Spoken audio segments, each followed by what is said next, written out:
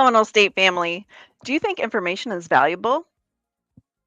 Oh, you do? Well, great. Our work here is done. Just kidding. We'll still do a show today. Ross, roll that beautiful intro footage.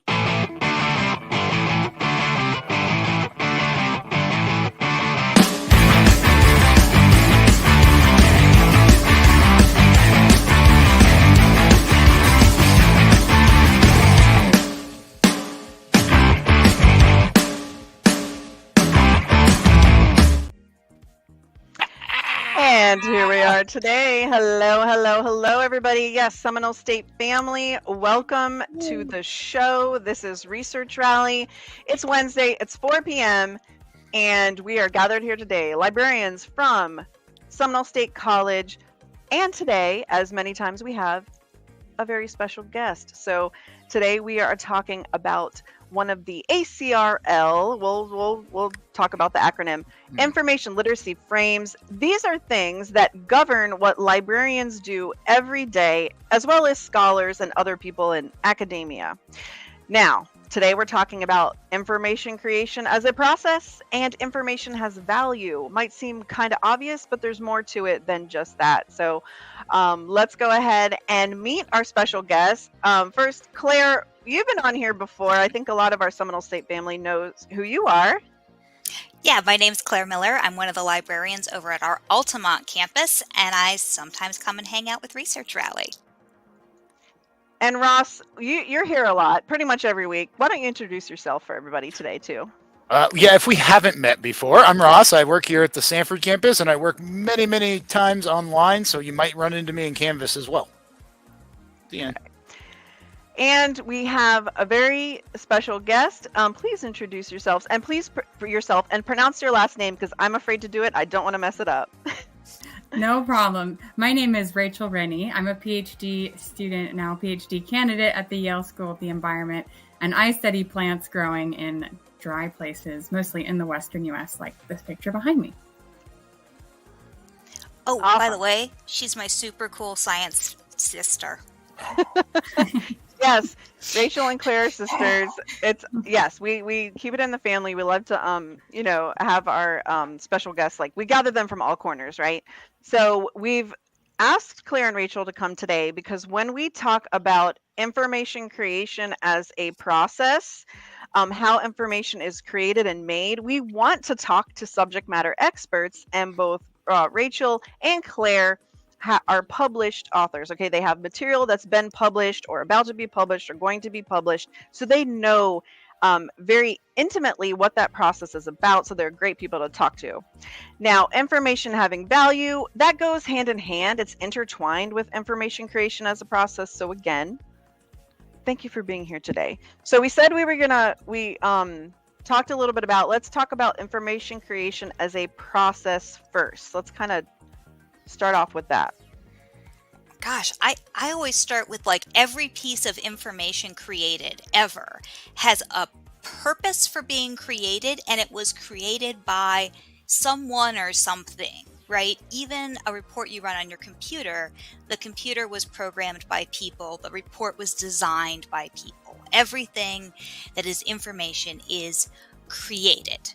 And arguably, information doesn't exist until it's created, though we could have an argument about that.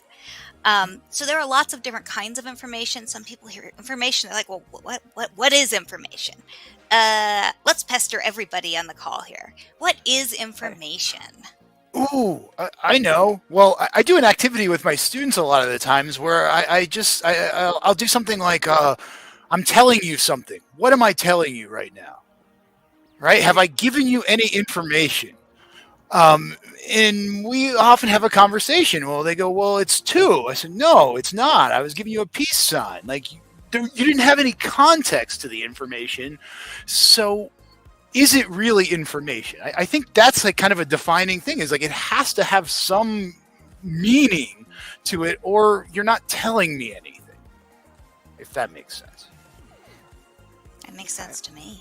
Mm-hmm. Now, I do want to pop up, and just for our context of our conversation today, I spoke about this acronym very briefly, ACRL.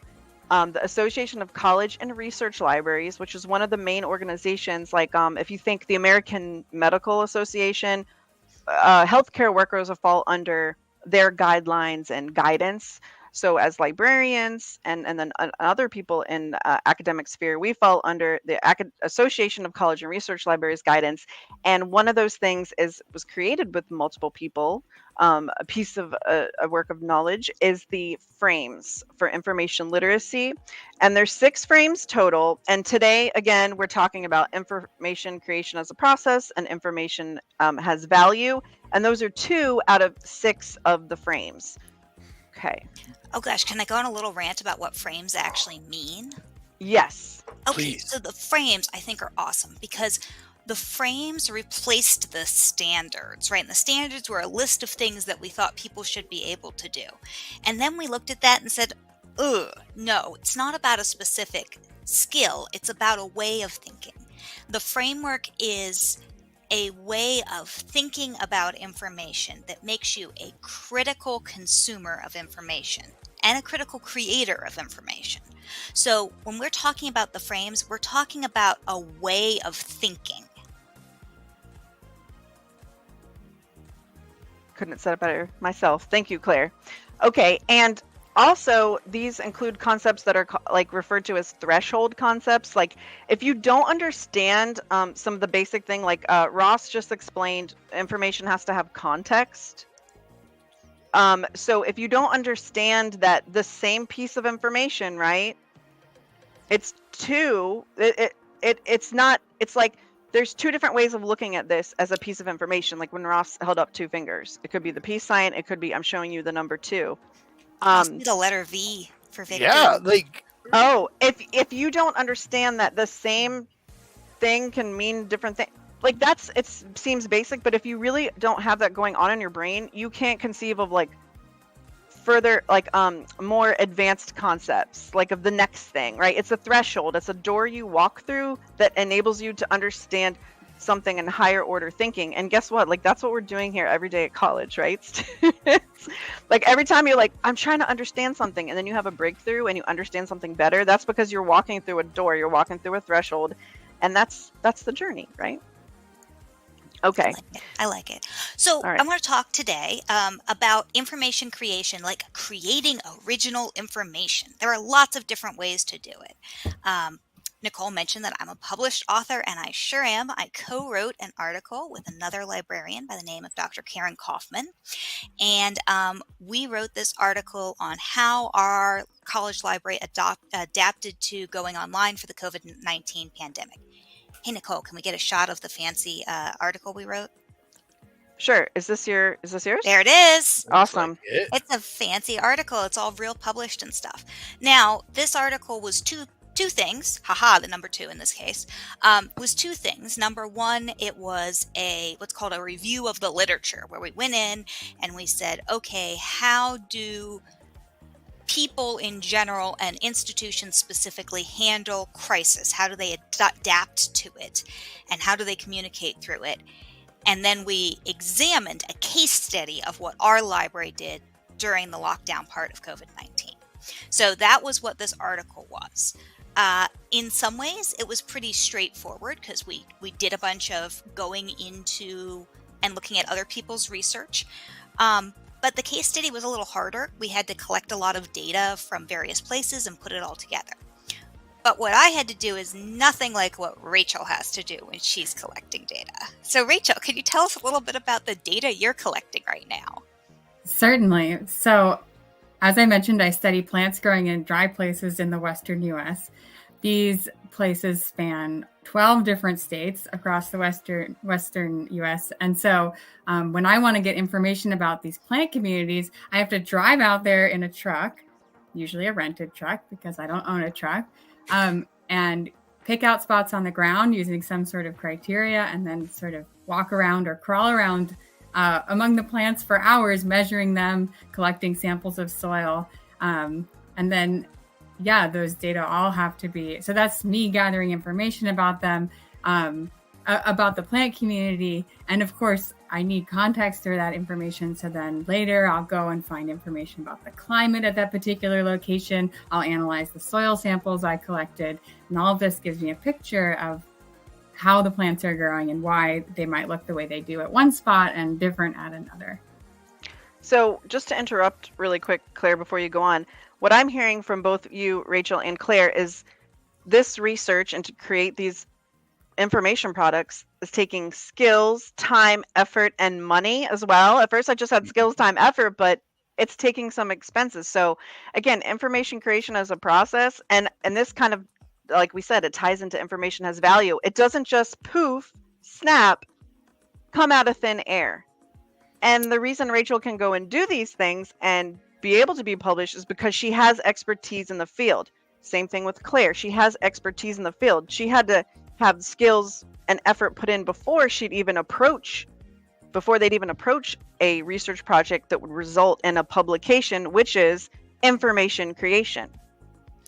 Yeah, and let's talk about information has value in terms of both money and other stuff, right? Now, this article that we published with my co-author, it is in what's called an open access journal. Anybody can access it at any time. Everybody, including myself and my co-author, donated our time and energy and effort to make this article possible. We had peer reviewers who reviewed our article and gave us some really great feedback that we ended up incorporating. They volunteered. The editor of the journal volunteers their time. And the website is hosted. I don't know where they make that money, honestly, because it's hosted online. Someone is giving them money to host it. So making information available takes money. And even if everybody else donates the money, the web hosts want to get paid. Yeah. I mean, like thinking about it this way, okay, so everyone that's watching, whether now or in the future, I think we have 2 billion viewers. Usually Jason's here and he's the numbers man, so he can translate these numbers. But so I'll try to do that today. 2 billion people watching. Most of us have jobs, or we have some situation where we're getting, most of us have had a job or have a job right now or will have one in the future. Okay, if you showed up to work, like you show up to work because you're going to get paid. Now, hopefully you have a job, something that you like to do, so you get there's some intrinsic value or a feeling like you're satisfied with like being there. It gives you some sense of worth. That's great, but also the paycheck. We need the paycheck to pay the bills so we can eat, so we can still show up because we need to survive to be able to go to that job. Now, if you showed up one day to a shift and someone said, hey, like this is great, we love you as a worker, but like we're not going to be able to pay you anymore, but will you still come in tomorrow and do every awesome thing that you do? That, how would you justify doing that? Would you want to do that? Okay, so you, just like your time has value, that you have to think of it that way. You can't just be like, well, I should have access to whatever information, or information should. No, like there's work that goes into it, and someone like Claire is explaining, there has to be paid for it. Now, open access. So that's something that more people can access, right? It's not behind a paywall. And it just created a banner and I lost it. And the banner said information privilege. So can we talk just a little bit about information privilege and how that factors into open access versus some of this, these information products y'all are making better? Yeah. Okay, so information privilege is when you have access to the information you need or want. Now, actually, if you're a student here at the college, you have an immense amount of information privilege because a combination of the state of Florida and Seminole State College pay for you guys to have access to an amazingly huge amount of information. It's like $4.4 million worth of information that you have access to. So while you're a student at the college, you have this information privilege. When you graduate, you lose access to that. And that's $4.4 million worth of research you now don't have access to. So open access is this idea that we're going to like make it a little bit bigger, make things a little bit more available.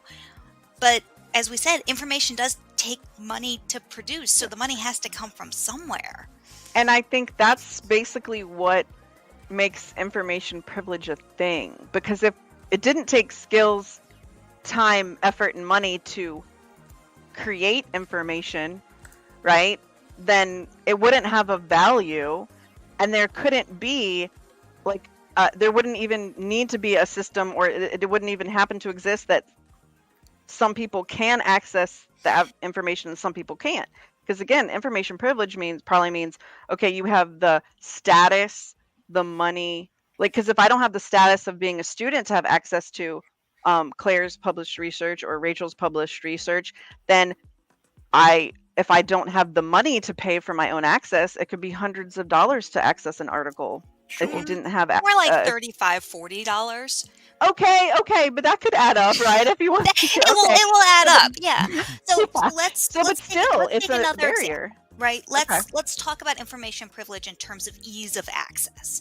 So up here on my screen, if Nicole will share it for me. Haha. This is a book. This is actually our mother's book. She wrote an amazing book. It's published by the University Press of Florida, which is a pretty prestigious publisher, called Guy Labrie, the Barefoot Artist of the Florida Seminoles. And you'll notice that the price of that book is right up there on the screen. It is $34.95. So it's about $35. It's gone down a little bit in price, actually, which is kind of nice. So Mom sees like teeny tiny bit of that. Like, we're talking pennies.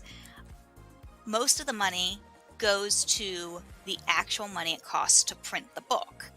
But now we're saying, okay, well, what about online? Shouldn't it be free if it's online? Nobody had to pay for paper or pay for bindings or pay to actually put the words on the paper. But somebody still has to host the website. Yeah, the website didn't just appear out of thin air. It needs to be created, it needs to be designed, maintained. And maintained, and servers cost money. So all information has a price. Let's actually talk really quickly about It's that skills, time, effort, and money. It's one of Rachel's articles. I found it while I was looking. But this one says something really cool here. This article has been contributed to by the U.S. government employees, and their work is in the public domain in the United States of America. Wait, what? What does that even mean?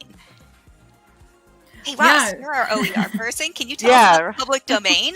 Sure. Well, yeah, public domain is you're granting the rights for everybody to freely use and share the information.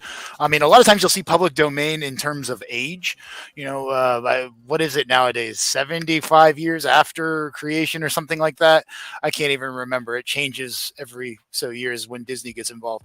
But the idea is that it gives, like, as an author, you can give the rights to the the general good out there. You can say, I want this information to be shared, and if we dig even deeper into that, there's Creative Commons licensing, which gives you a little bit more ownership of how the information is shared. You can say, I don't want this to be used commercially at all. But it all comes back to this idea that, like, you are granting the rights to the information. You're not charging for it. You're giving back to the world. Mm-hmm. But that is a transaction, because you could be getting money for that, but you're choosing not to. It's very intentional, right?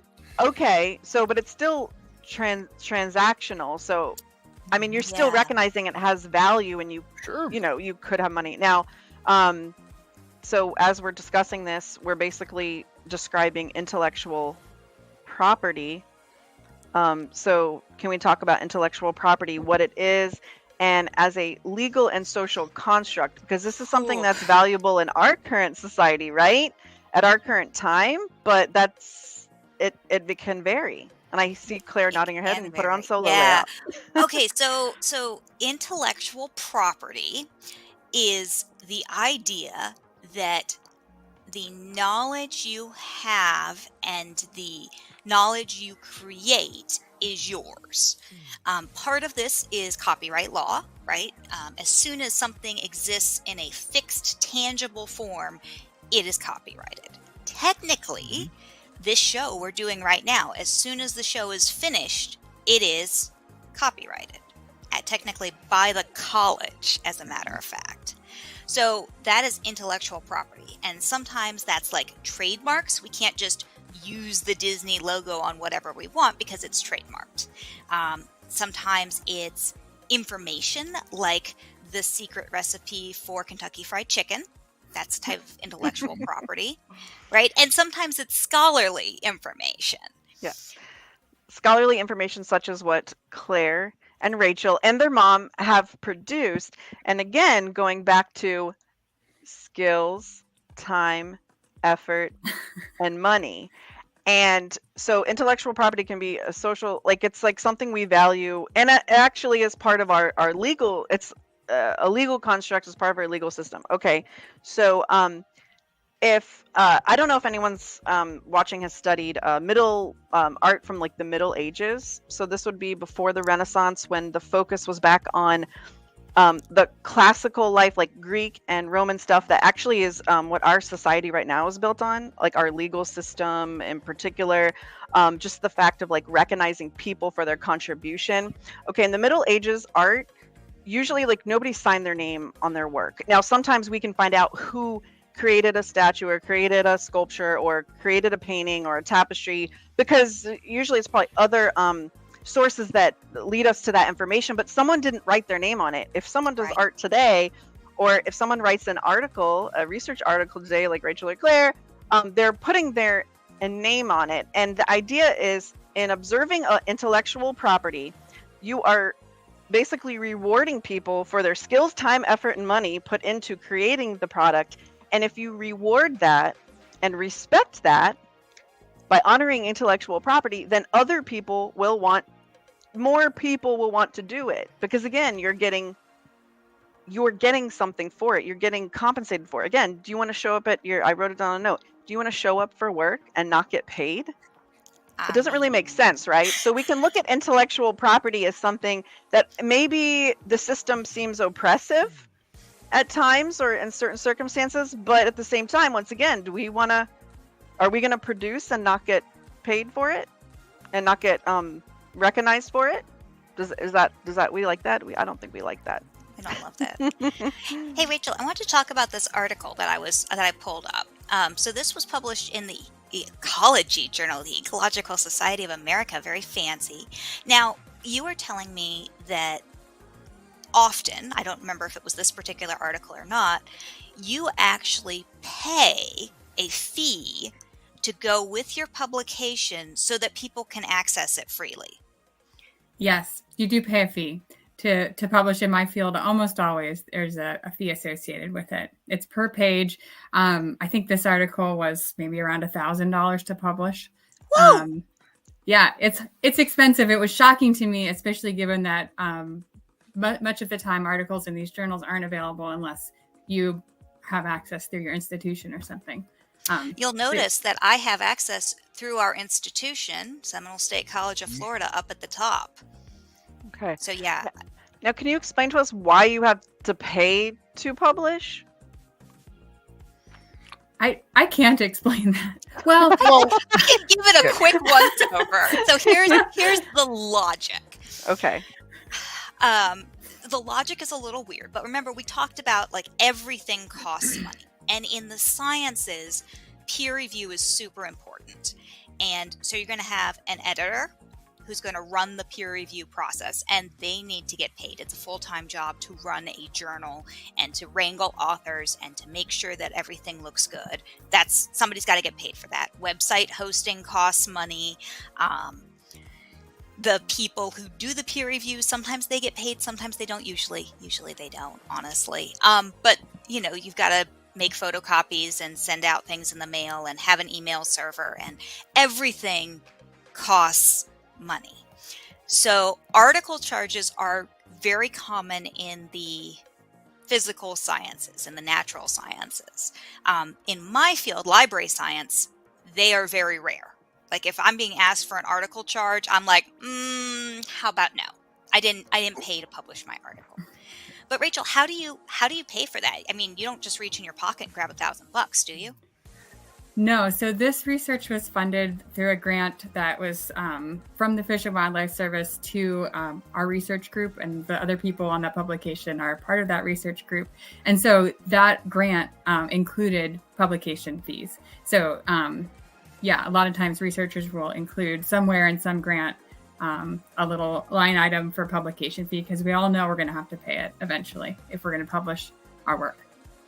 Okay, so wait, let me track this down. So the United States government gives you guys a grant to do some research, to pay money, to publish research. Like, why? Why does information have value? Why is it worth doing all of this work with the trucks and the pickup and the crawling around in the grass? Okay, so with that particular study, there's this habitat out west that's really important for a bird of conservation concern called the greater sage grouse. There was sort of this mysterious die-off of this really important shrub, where almost 100% of the shrubs had died across large areas. And so the U.S. Fish and Wildlife Service manages wildlife, is interested in the well-being and sort of sustainability of wildlife habitat. And so they were invested in getting information on why did this happen, to understand, like, will we see more of these die-offs in the future? Was this a one-off event? Just trying to understand, get more information about this thing that was kind of mysterious and a little bit scary for this bird. Okay. So you had to solve a mystery of why the plants died so that we would know how to better protect the bird. Yep. Ha-ha. And other things too. It wasn't just the bird, but we talk about the bird the most. Well, I mean, that was why they gave you the money to go study things.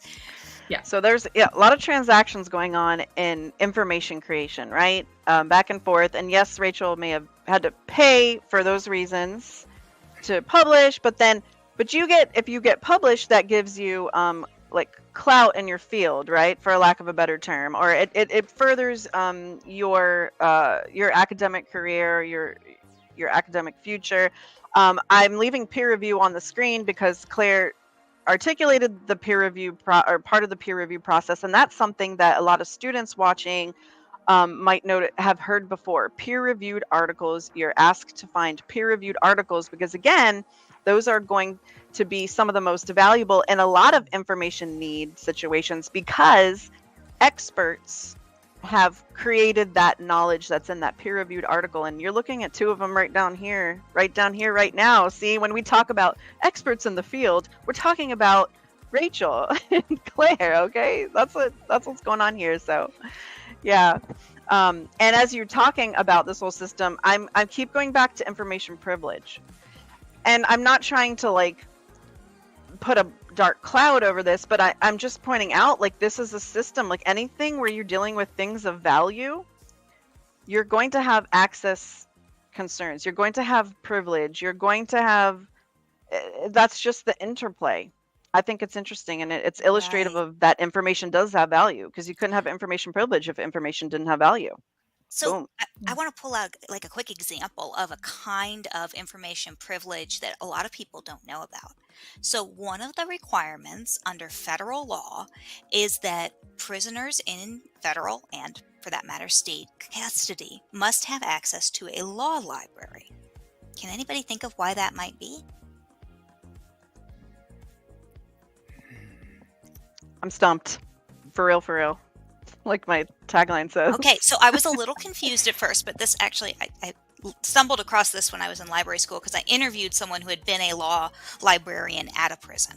And the reason is knowledge is power. Elizabeth has got it in one. Knowledge is power. So if you are in jail, you must have access to the law. You must be able to look at the law and see what it is that you've been accused of and have access to that. And often people who are in prison will put together appeals based on the information from those law libraries. So that's an example where it's so important that they actually wrote it into law that people needed to have access to this very expensive information. Law information is That's some of the most expensive information there is, and they must have access to it legally by law. Let's talk about another kind of information privilege that's so important that we require it. College libraries.